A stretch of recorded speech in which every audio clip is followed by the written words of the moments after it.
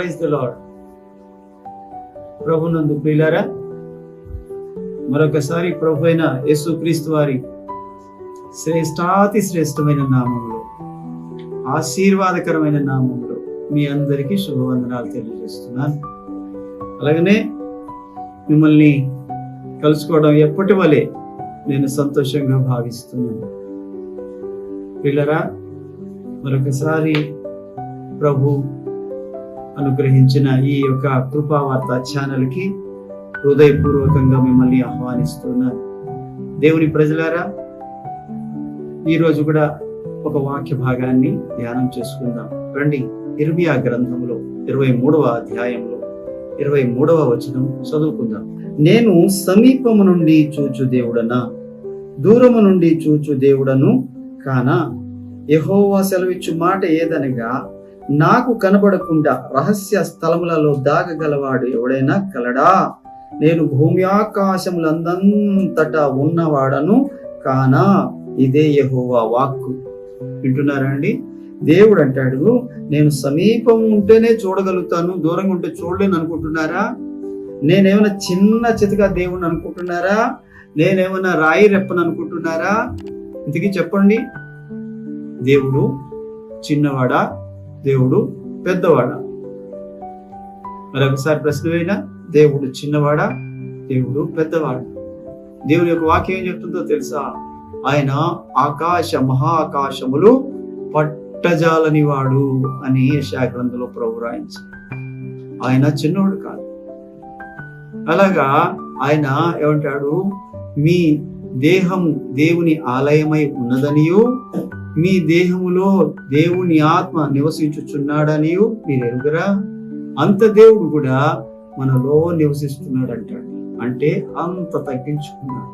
దీనికి దైవ సేవకులు ఏం చెప్పారంటే, విమానం అంట దిగినప్పుడు ఎంత ఉంటది? చాలా పెద్దది కదండి, పెద్ద విమానం. అది ఎగిరినప్పుడు, ఆకాశంలోకి వెళ్ళినప్పుడు ఎంత ఉంటది? చిన్నది, చిన్న నలక. చాలా జాగ్రత్తగా చూస్తే కానీ కనబడంత చిన్నది కూడా అయిపోతుంది. ఒక్కోసారి అది కూడా కనబడకుండా వెళ్ళిపోతుంది, అంత చిన్నది అయిపోతుంది. అనగా దగ్గరకు వస్తే పెద్దది విమానం, దూరంగా వెళ్తే చిన్నది విమానం. ఇక్కడ దేవుని యొక్క వాక్యం ఏమంటుందంటే, నేను భూమి ఆకాశములందంతటా ఉన్నవాడను కానా? నాకు తెలియకుండా రహస్యంగా మీరేమైనా చేయగలరా? లేదు, ఆయన తెలియకుండా మన జీవితంలోని ఏది జరగదండి. హెబ్రీయులకు రాసిన పత్రికలోని ప్రభు ఏమంటారంటే 4:13లో, ఇదిగో మనము ఎవనికి లెక్క అప్పగించవలసి ఉన్నదో ఆ దేవుని ఆయన కంటికి, ఆయన కనుదృష్టికి సమస్తము మరుగు లేక తేటగా ఉన్నదని రాయబడి ఉంది. మనం ఎవరికి లెక్క అప్పగించాలో ఆ దేవుడి కంట ఏది మరుగు లేకుండా సమస్తము తేటగా ఉన్నదంటే, అనగా దేవుడు నిన్ను చూస్తున్నాడు. గుర్తుపెట్టుకో, దేవుడు నిన్ను చూస్తున్నాడు. అందుకనే దేవుడు చూస్తున్నాడన్న భయంతోని మనం జీవించాలి. ఒకసారి ఇలాంటి మామిడికాయల సీజన్లోనే ఒక తండ్రి కొడుకు మరి ఆ మామిడికాయల యొక్క తోటలో అన్ని వైపు నుంచి వెళ్తున్నారు. తండ్రికి చిన్న దుర్బుద్ధి పుట్టింది. ఏమన్నాడంటే, రే, నేను మామిడికాయలు తెంపుతాను, ఎవరైనా ఇటు వస్తే నువ్వు నాకు గట్టిగా కేకేసి చెప్పు, నేను వెంటనే దిగిపోతాను, మనం వెళ్ళిపోదాం అని అన్నాడు. కొడుక్కి ఇష్టం లేదు, కానీ తండ్రికి అర్థమయ్యేలా చెప్పాలి అని. మొదటే కానీ చెప్తే తండ్రి పెద్దోడు కదా, దెబ్బలాడతాడేమో అని భయంతో అని చెప్పలేదు. చెట్టు ఎక్కాడు. ఆయన చెట్టు కాయ కొయ్యకు ముందే చెయ్యి లాగా వేస్తున్నాడు కాయ మీద. వెంటనే డాడీ డాడీ డాడీ అని కేకలేశాడు. ఏమైందిరా? చూస్తున్నాడు డాడీ, చూస్తున్నాడు డాడీ. ఎవరు చూస్తున్నారా? దేవుడు చూస్తున్నాడు డాడీ. ఎవరు చూస్తున్నారంట? దేవుడు చూస్తున్నాడు డాడీ అన్నాడు. వెంటనే దేవుడు ఆ మాట ద్వారా దర్శించాడు. ఎందుకంటే వారి దేవుని పిల్లలే. కానీ ఒక్కొక్క దగ్గర ఇలాంటి చిన్న చిన్న మరి తప్పిదాలు జరుగుతూ ఉంటాయి. ఇలాంటివి దురాశ కలుగుతూ ఉంటుంది. సాతాను ఏం చేస్తాడంటే దురాశను పుట్టిస్తాడు మనలోని. దురాశ గర్భము ధరించి పాపమును కనును, పాపము పరిపక్వమై మరణమును కనును. దానికి కారణం, మరణానికి కారణం దురాశ. మరి యెహోవా కుమారుడు చెప్పాడు, దేవుడు చూస్తున్నాడు, దేవుడు చూస్తున్నాడు. ఇక్కడ ఏమంటాడంటే, నేను సమీపించి దగ్గరగా ఉండి చూడగలను అనుకుంటున్నావా? దూరం నుండి చూడలేను అనుకుంటున్నావా? నేను ఎక్కడి నుండైనా చూడగలిగిన దేవుడు. చూడండి, దేవుని యొక్క వాక్యంలో 139వ కీర్తన మొదటి నుండి, యెహోవా నీవు నన్ను పరిశోధించి తెలుసుకుని ఉన్నావు. నేను కూర్చుండుట, నేను లేచుట నీకు తెలియను. నాకు తలంపు పుట్టక మునుపే నీవు నా మనస్సును గ్రహించుచున్నావు. నా నడకను నా పడకను నీవు పరిశీలన చేయుచున్నావు. నా చర్యలన్నిటినీ నీవు బాగుగా తెలుసుకుని ఉన్నావు. యెహోవా మాట నా నాలుకకు రాక మునుపే అది పూర్తిగా నీకు తెలిసే ఉన్నది. వెనుకను ముందును నీవు నన్ను ఆవరించి ఉన్నావు. నీ చేయి నా మీద ఉంచి ఉన్నావు. అర్థమవుతుందండి? మనల్ని ప్రభు చూస్తున్నారు. మనల్ని ఎవరు చూస్తున్నారులే అని అనుకుంటున్నావేమో, నీ ఇష్టానుసారంగా ప్రవర్తిస్తున్నావేమో. మందిరంలో ఒకలాగా, ఇంటిలో ఒకలాగా, ఆఫీసులో ఒకలాగా, నువ్వు పనిచేస్తున్న స్థలాల్లో ఒకలాగా, ఒక దగ్గర భక్తుల్లాగా, ఒక దగ్గర అన్యుల్లాగా ఉంటున్నావేమో. దేవుడు చూస్తున్నాడు నిన్ను, దేవుడు నిన్ను చూస్తున్నాడు. ఇదిగో దేవుని వాక్యం ఎంత బాగా చెప్తుంది. ఎలా చూస్తున్నాడంట, ఇదిగో నేను కూర్చుండుట చూస్తున్నాడు, నేను లేచుట చూస్తున్నాడు, నా తలంపులు పుట్టక మునిపే అన్నిటినీ గ్రహిస్తున్నాడు. మాట్లాడక మునిపే నేను ఏం మాట్లాడతానో కూడా ఆయనకు తెలిసిపోతుందంట. అంతగా ఆవరించి ఉన్నాడు ఆయన మనల్ని. కనుక ప్రియ సహోదరుడా, సహోదరి, నేను బ్రతిలాడి చెప్పేది ఏంటంటే, అందరిలో నువ్వు ఎలాగుంటావో ఒంటరిలో కూడా అలాగే ఉంది. ఒంటరిలో ఉన్నప్పుడే నీ నిజ స్వరూపం నీకు తెలుస్తుంది. దేవునికి ఎలాగో తెలుసు, దేవునికి ఎలాగో తెలుసు. కానీ నువ్వు ఒంటరిలో ఉండే ఆ యొక్క పాపపు తలంపులు, ఒంటరిలో ఉండే ఆ శోధన నువ్వు జయించాలి. అందుకని దేవుడు ఏమన్నాడు, నరుడు ఒంటరిగా ఉండుట మంచిది కాదు. ఒంటరిగా ఉన్నప్పుడు చెత్త ఆలోచనలు, చెడ్డ ఆలోచనలు, చెడ్డ పనులు చేస్తారు. ఇక్కడ ఈ ఊరు మంది కాదు కదా, ఇక్కడ ఎవడు మనల్ని చూడట్లేదు కదా, ఇక్కడ స్నేహితులు ఉన్నారు కదా, వాళ్ళతో కలిసి మరి ఆ యొక్క మద్యపు విందులో పాల్గొందామని, లేక సిగరెట్లు కలుద్దామని, లేకపోతే ఆ యొక్క చీట్ల పైక ఆడదామని, మరి ఏమంటారు ఈ ఓణీల ఫంక్షన్, ఇంకా ఏదో రకరకాల పిచ్చి పేర్లతోని మరి వ్యాపారం జరగడానికి, వ్యాపారస్తులు రకరకాల పేర్లతోని ఫంక్షన్లు చేసుకోవడానికి అవకాశం జనాన్ని ప్రేరేపిస్తూ ఉంటారు. వ్యాపారం జరగాలి, అందుకనే రకరకాల పేరుతో బంగారాలు కొనిపిస్తూ ఉంటారు, రకరకాల పేరుతోని భోజనాలు పెట్టిస్తూ ఉంటారు. ఇవన్నీ అది వరకు లేని వాటిని పుట్టించేది ఎందుకు అనంటే వ్యాపారం జరగడానికి. ఆ వ్యాపారంలోని మరి ఇవి కూడా వస్తాయి, మద్యం వస్తుంది, లేకపోతే సారాయి, లేకపోతే బ్రాందీ, విస్కీ, ఇవన్నీ వచ్చేస్తాయి. ఎవరో ఒకరు నిన్ను బలవంతం పెడతారు, అక్కడ నీతో డాన్సులు వేయిస్తారు, చెడ్డ విషయాల్లో నువ్వు చిందులు వేయాల్సి వస్తుంది. చాలా దేవుని ఆత్మను దుఃఖపరిచేవాడిగా ఉంటావు. దేవుడు పక్కకు వెళ్ళి ఎంత బాధపడతాడో, ఏడుస్తాడు నిన్ను చూసి.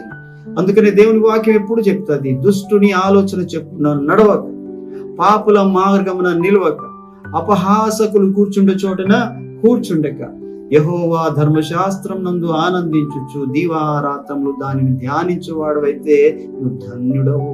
ఇగో దేవుడు చూస్తున్నాడు నిన్ను.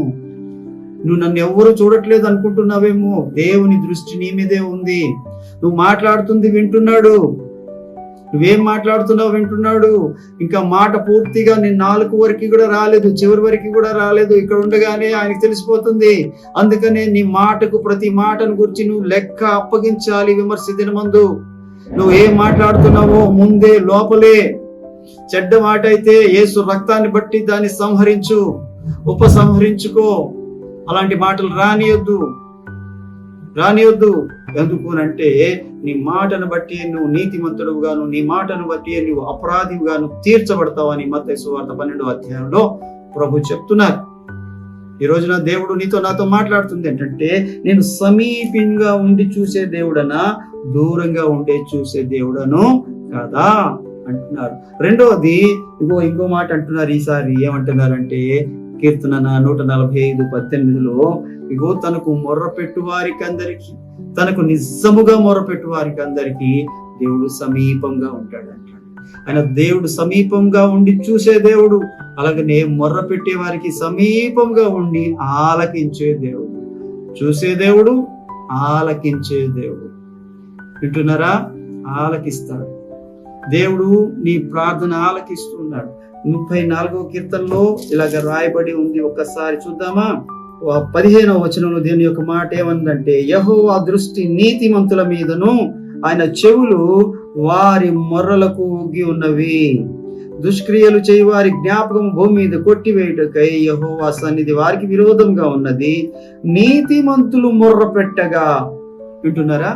నీతిమంతులు మొర్ర పెట్టగా యెహోవా ఆలకించును, వారి శ్రమలన్నిటిలో నుండి ఆయన విడిపించును. నువ్వు మొర్ర పెట్టినప్పుడు, నువ్వు నిజముగా మొర్ర పెట్టినప్పుడు, నిజమైన మొర్ర అంటే ఏంటో తెలుసా? విరిగి నలిగిన హృదయంతో చేసే ప్రార్థన. ఎప్పుడైతే విరిగి నలిగిన హృదయం గల వారికి యెహోవా ఆసన్నుడు, నలిగిన మనసు గల వారిని ఆయన రక్షించును అని దేవుని వాక్యం చెప్తుంది కదా. నిజంగా నువ్వు మొర్ర పెట్టినట్లయితే, నీ బాధ ఏదైనా, నీ అవసరం ఏదైనా, నీ శ్రమ ఏదైనా, దేవుడు దానిలో నుంచి విడిపించడానికి ఎప్పుడు సిద్ధమే. అయితే పెదవుల ప్రార్థన దేవుడు ఆలకించుడు, నామకార్థ ప్రార్థన దేవుని దగ్గరికి వెళ్ళదు, నిర్లక్ష్యపు ప్రార్థన అస్సలు వెళ్ళదు. దేవుని దగ్గర విరిగి నలిగిన హృదయంతో. ప్రభు ఏమంటారు తెలుసా? ఆయన శరీరధారిగా ఉన్న దినములలో తనను మరణము నుండి తప్పించగలని వానికి ప్రార్థనలు, యాచనలు సమర్పించెను కనుక ఆయన అంగీకరించబడను. ఆయన కుమారుడై ఉండి తాను చూపించిన విధేయత వలన ఆయన రక్షించను అని దేవుని వాక్యము హెబ్రీలో రాసింది. దేవుని యొక్క వాక్యం ఏం చెప్తుందంటే, నీ ప్రార్థన ఆలకించే చెవులున్నాయి. అమ్మా, వింటున్నావా? నీ ప్రార్థన ఆలకించడానికి ఎప్పుడు ప్రభు సిద్ధంగా ఉన్నారు. ప్రార్థన చేయకపోవడం నీదే తప్పు. ప్రార్థన లేని జీవితం అయిపోయింది నీది. ఇదివరకు చేసినంత ప్రార్థన లేదు. ఇప్పుడు నామకార్థము సీనియర్ అయిపోయావా? లేదు. లేచి రేయి మొదటి జామునే ఎలాగైతే మరి మొర్ర పెడతారో అలాగ మొర్రపెట్టు. నువ్వు కూడా అలా మొర్రపెట్టు. నువ్వు ఎప్పుడు కూడా నిర్లక్ష్యంగా ఉండకు. జ్ఞానవంతురాలు తన ఇల్లు కట్టును అని దేవుని వాక్యం చెప్పలేదా? నువ్వు జ్ఞానవంతురాలుగా ఉండాలి. ఇదిగో మనం ఎవనికి లెక్క అప్పగించవలను, ఆ దేవుని దృష్టికి సమస్తము తేటగా ఉంది, మరుగు లేకుండా తేటగా ఉంది. ఆయన దృష్టికి పాతాళం కూడా కనిపిస్తుందంట, పరలోకం నుండి తేటగా కనిపిస్తుందని సామెత గ్రంథకర్త చెప్తాడు. ఈ రోజున దేవుడు నువ్వు ప్రార్థన చేస్తే వినడానికి ఎప్పుడు సిద్ధంగా ఉన్నాడు. ప్రార్థన చేసే అలవాటు నీకుందా? ఎప్పుడు నిత్యము ప్రార్థన చేయండి. ప్రార్థన చేస్తే నువ్వు ఆత్మలో బలంగా ఉంటావు. ప్రార్థన చేస్తే దేవుడు నిన్ను ఆదరిస్తాడు. ప్రార్థన చేస్తే దేవుడు నీ మొర్ర విని నిన్ను విడిపిస్తాడు. ప్రార్థన చేసే వారికి ఒక మాట ఏం చెప్తారంటే, కోటి రోగాలకైనా ఒక్కటే మందు ప్రార్థన, కోటి సమస్యలకైనా ఒకటే పరిష్కారం ప్రార్థన, కోటి శోధనలకైనా ఒకటే ఎదిరింపు ప్రార్థన. ప్రార్థన చేయమ్మా. 1 నిన్ను చూస్తున్నాడు, 2 నిన్ను వింటున్నాడు, 3 దేవుడు నీతో మాట్లాడుతున్నాడు. చూడండి, యెహెజ్కేలు గ్రంథం 2వ అధ్యాయం 1 మాటే, నరపుత్రుడా నువ్వు చక్కగా నిలబడు, నేను నీతో మాట్లాడవలెను. ప్రభు ఏమంటున్నారంటే, 1 నిన్ను చూస్తున్నారు, 1 నిన్ను వింటున్నారు, ఇప్పుడు నీతో మాట్లాడుతున్నారు. దేవుడు మాట్లాడినప్పుడు నువ్వు శ్రద్ధగా వినాలి. దేవుని మాటలు ఈ సృష్టినే కలగజేసిన మాటలు, దేవుని మాటలు నిన్ను బలపరిచే మాటలు, దేవుని మాటలు తేనె కంటే మధురమైన మాటలు, దేవుని మాటలు మరణించిన వారిని లేపిన మాటలు, దేవుని మాటలు వ్యాధిగ్రస్తులను స్వస్థపరిచిన మాటలు, దేవుని మాటలు ఆదరించే మాటలు, దేవుని మాటలు నెమ్మది కలగజేసే మాటలు. అలాంటి మాటలు విడిచిపెట్టి చాలా మంది వెళ్ళిపోయారంట. ఆ చివరిలో ఒక 12 మంది మాత్రం నిలబడిపోయారంట. ఆ 12 మందిని అడిగాడంట ప్రభు, అందరూ వెళ్ళారుగా, మీరు వెళ్ళరా అని అడిగారంట. అప్పుడంటే మేము ఎక్కడికి వెళ్తామయ్యా, నీవే కదా నిత్య జీవపు మాటలు కలవాడవు అని అన్నారంట. అవును, ఆయన మాటలు నిత్య జీవాన్ని కలిగిస్తాయి, మరణాన్ని తొలగిస్తాయి. అలాంటి మాటలు మాట్లాడే ప్రభు నీతో మాట్లాడతానంటున్నాడు. నరపుత్రుడా, నువ్వు చక్కగా నిలవబడు, నేను నీతో మాట్లాడాలి. చక్కగా నిలబడు అన్న మాటకి అర్థం ఏంటంటే, నువ్వు కాసేపు స్థిరంగా దేవుని సన్నిధిలో ఉండాలి, దేవునికి సమయం ఇవ్వాలి, దేవునితో గడపాలి. నువ్వు ఆదరాబాదరగా ఉదయాన్నే ఏవో 2 మాటలు గబగబా ప్రార్థన చేసుకుంటున్నావు, వెళ్ళిపోతున్నావు. ఆయన ఏదో నీకు చెప్పాలనుకుంటున్నాడు, చెప్పడానికి అవకాశం ఇవ్వట్లేదు నువ్వు. అదే సమయంలో మళ్ళా రాత్రేమో నలిగిపోయి వస్తావు, ఏమో 2 మాటలు గబగబా 2 పలికేస్తున్నావు, అదే ప్రార్థన అనుకుంటున్నావు, పడుకొని పోతున్నావు. నీతో మాట్లాడి ఎంతకాలమైంది ప్రభు? ఆదివారపు రోగం వచ్చినా సరే సరైన శ్రద్ధ ఉండదు వాక్యం మీద. మరి అలాంటి వాళ్ళకి కొంతమంది మరీ వర్షం వస్తుందని రారు, చుట్టాలు వచ్చారని రారు, లైవ్ లో క్రికెట్ వస్తుందని రారు, ఇంకా ఆరోగ్యం బాగాలేదని రారు, ఇంకా మైక్ వినబడాలి, మైక్ పెడితేనే, పాటలు వినబడితేనే, ఏదైనా 2 బట్టలు చర్చికి వస్తేనే, లైట్లు వెలిగితేనే వస్తారు కొంతమంది. అవన్నీ చూసుకుంటూ వచ్చేవాళ్ళు కొంతమంది. పనికి మాలిన వాటన్నిటికీ కూడా సమయం ఇవ్వడానికి ఎప్పుడు సిద్ధంగా. కానీ దేవుడితో మాట్లాడతాను అంటే ఆయన దగ్గరికి రావు. దేవుడు ఏమంటాడంటే, నేను నిన్ను చూస్తున్నాను. దేవుడు ఏమంటాడంటే, నేను వింటున్నాను. దేవుడు ఏమంటాడంటే, నేను నీతో మాట్లాడాలి. ఇగో చూడండి, హెచ్కేల్ గ్రంథంలో 3వ అధ్యాయంలో 24వ వచనము చదువుతున్నాను. నేను నేలను సాగిలపడగా ఆత్మ నాలో ప్రవేశించి నన్ను చక్కగా నిలబెట్టిన తరువాత యెహోవా నాతో మాట్లాడి ఇలా సెలవిచ్చెను. అనగా, నీవు ఎందుకు వెళ్ళలేకపోతున్నావు అంటే, నీలో దేవుని ఆత్మ చల్లారిపోయింది. దేవుని ఆత్మ నీలో చల్లారిపోయింది. రెండోది ఏంటంటే, పాపం వల్ల పరిశుద్ధాత్మ తీసివేయబడతాడు నీ దగ్గర నుండి. నువ్వు పాపంలో ఉంటే దేవుడు నీతో మాట్లాడలేడు.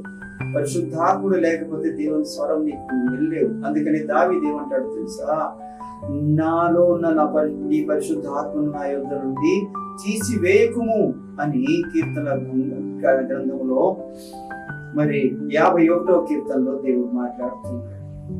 ఆత్మ నీలో వస్తేనే, దేవుణ్ణి బ్రతులాడుకుంటేనే, ప్రభువా నాలో వచ్చి నన్ను బలపరచండి అయ్యా, అయ్యా దేవుని వాక్యం వినడానికి నాకు బుద్ధి పుట్టించండి అయ్యా, నేను తిరుగుబాటు చేస్తున్నాను అయ్యా అని నువ్వు బ్రతులాడుకుంటే దేవుడు నీతో మాట్లాడతాడు. నువ్వు సరిగ్గా దేవుని వాక్యం విని ఎన్ని సంవత్సరాలైంది, ఎన్ని నెలలైంది, ఎన్ని రోజులైంది, వస్తున్నావు చర్చికి నామకార్థంగా కాదు, దేవుని సన్నిధికి రావాలి. దేవుని సన్నిధికి రావాలి. ఎలా రావాలి? సమయానికి ముందు రావాలి. నిర్లక్ష్యంగా రాకూడదు, ఒట్టి చేతులతో రాకూడదు. సమయానికి ముందు రావాలి, నిర్లక్ష్యంగా రాకూడదు, ఒట్టి చేతులతో రాకూడదు.